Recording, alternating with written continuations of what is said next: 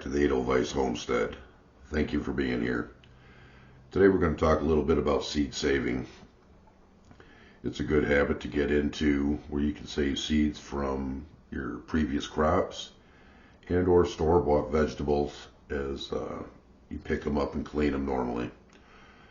So let's get started. This here's a green pepper, as you can all see. What we're going to do is open it up as normal.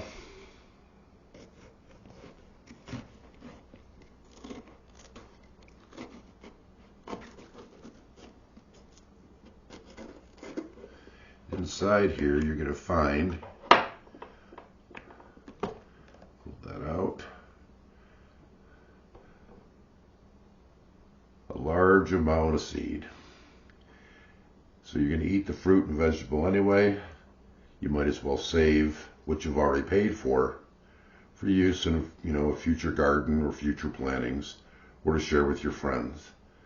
So once you've pulled this out, there's nothing more to do with it for a couple weeks but to let it dry. So what we do is we'll take it and set it on the side on another plate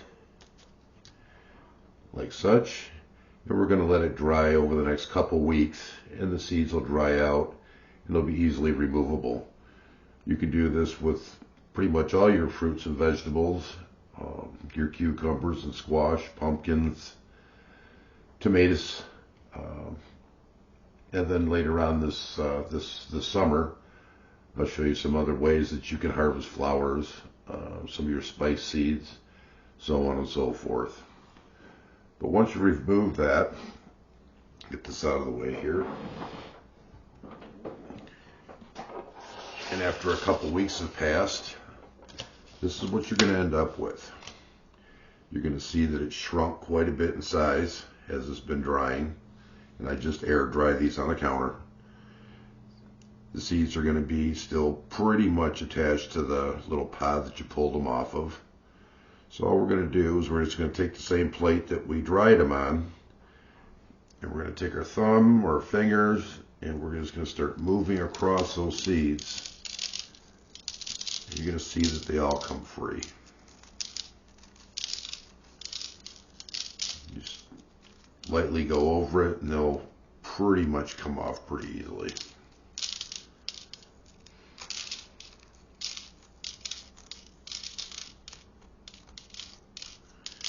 Now I'll get up and clean this out a little bit later, a little bit better later on. But you should end up with something that looks like this. Pretty much a packet full of seeds that didn't cost you anything. You've already paid for the fruit. So instead of throwing this away in the garbage, now you have a packet of seeds that you can plant next year. And there's plenty of seeds. This particular plant was a red pepper, as you can see by the coloration on top of the head or the top of this pod here.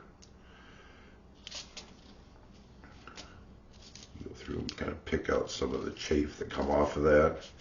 But again, you should end up with somewhere in the neighborhood of about 100 seeds. So it's another cost-saving measure for your gardening.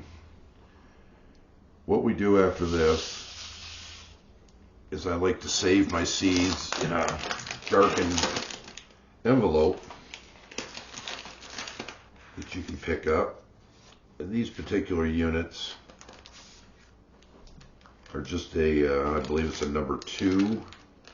Yes, it's an A2 envelope here. And they also come with a card in them. You can buy them, again, at your local stores. It's just an A2 card envelope. Usually you can pick these up like at a dollar store, Dollar General, for, no longer $1, but $1.25. And you get 12 of them. So what we'll do is we'll take these envelopes, as you see here, and then what I do is I make some labels. And as you can see here, it's got a lot of the information on what type of seed it was. And I copy the information usually off an old seed pack, or you can go online and find the typical germination, depth, spacing, days to harvest, what type of soil it should be planted in, and what are the sun requirements. So I take that information and I transfer it onto these labels, and then I'll place them on the envelope here so I'll know what I have saved and what we've got from next year. It's another example. This is a Ferry Morris bean and limon packet, and you can see on the back they've got the care and maintenance, the days to germination, the depth, the spacing, days to harvest, and then what's very important is your zone. I'll try to get this up here and see if you can see it, but it'll give you like your planting zones and when the best time it is to put it in the ground. Now, if you're familiar with planting and seeds, some of these can be directly sown into the ground. Others, they ask that because of the germination period and the growth period on the plant, that you may start them indoors.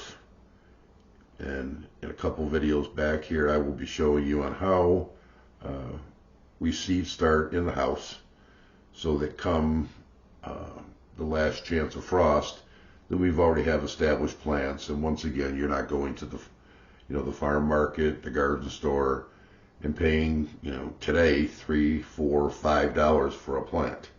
So again, these are all about saving you money, growing your own, and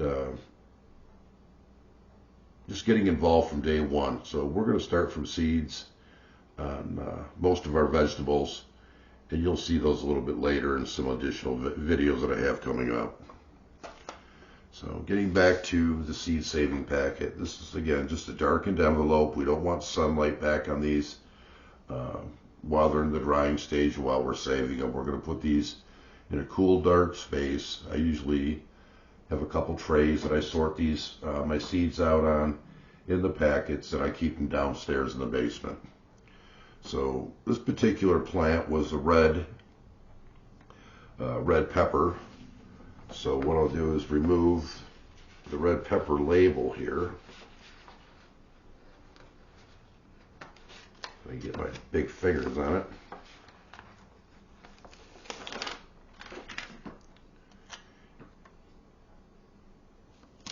And we'll place it on the seed packet, so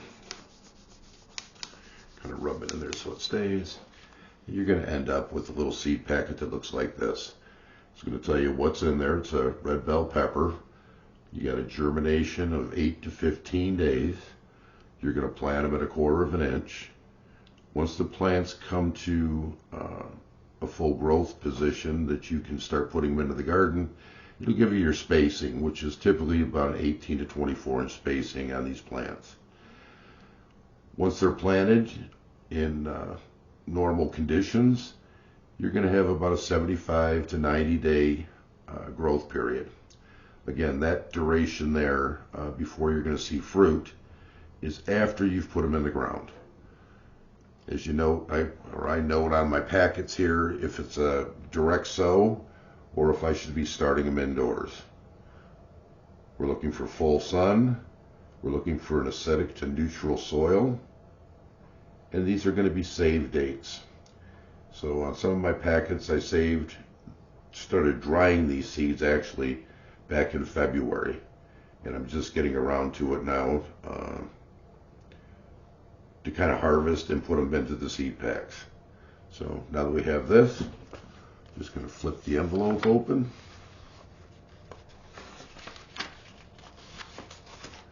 I'm going to try to remove, like I said, some of this chaff at the top here, because we don't need that in our seed packs. We'll take our plate and kind of gather all the seeds together. And we're just going to pour them into the envelope.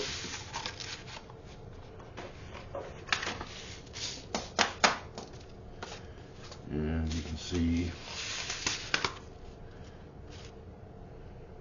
you get a nice little bunch of seeds. So I'm not going to seal this up yet because I have several more red peppers that I did seed save on, and I'll put them all to the same packet. Again, you have the date so that you know when you save the seeds and exactly what you have. I hope this was helpful. Thank you again for watching, and as always, please like, share, and subscribe with your friends. We appreciate it. Have a blessed day.